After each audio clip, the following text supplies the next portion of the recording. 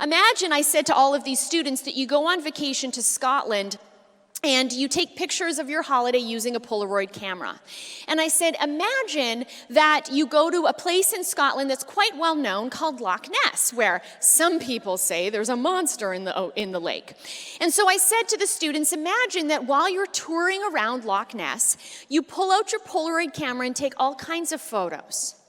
And then I said to the students, now imagine that at one point as you're taking photos, you see not too far from you the Loch Ness Monster. The humps and bumps, the curves, they're sticking out of the water.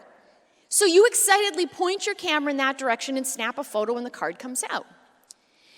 Now I said to the students, imagine that just as you captured that picture, the Loch Ness Monster went underwater.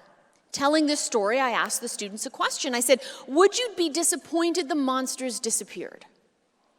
And someone said, well, yes. And I said, okay, well, what would console you in your frustration? The monster's gone. And someone else said, well, you've got the picture. And so I said to the students, imagine you begin excitedly shaking the little card.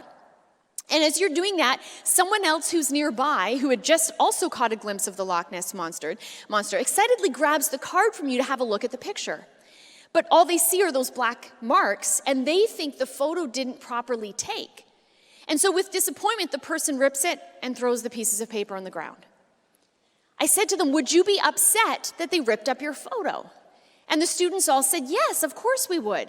And I said, okay, well, imagine you respond in your anger and say, how dare you destroy this picture? And the person responds to you and says, it was just black marks. Why do you care so much about black marks?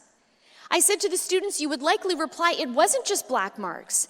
Everything about the image of the Loch Ness Monster was captured in an instant. It just needed time to develop.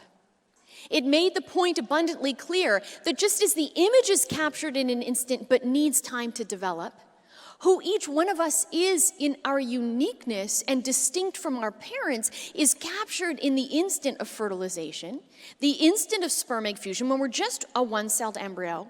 But like the Polaroid picture, we simply need time to develop.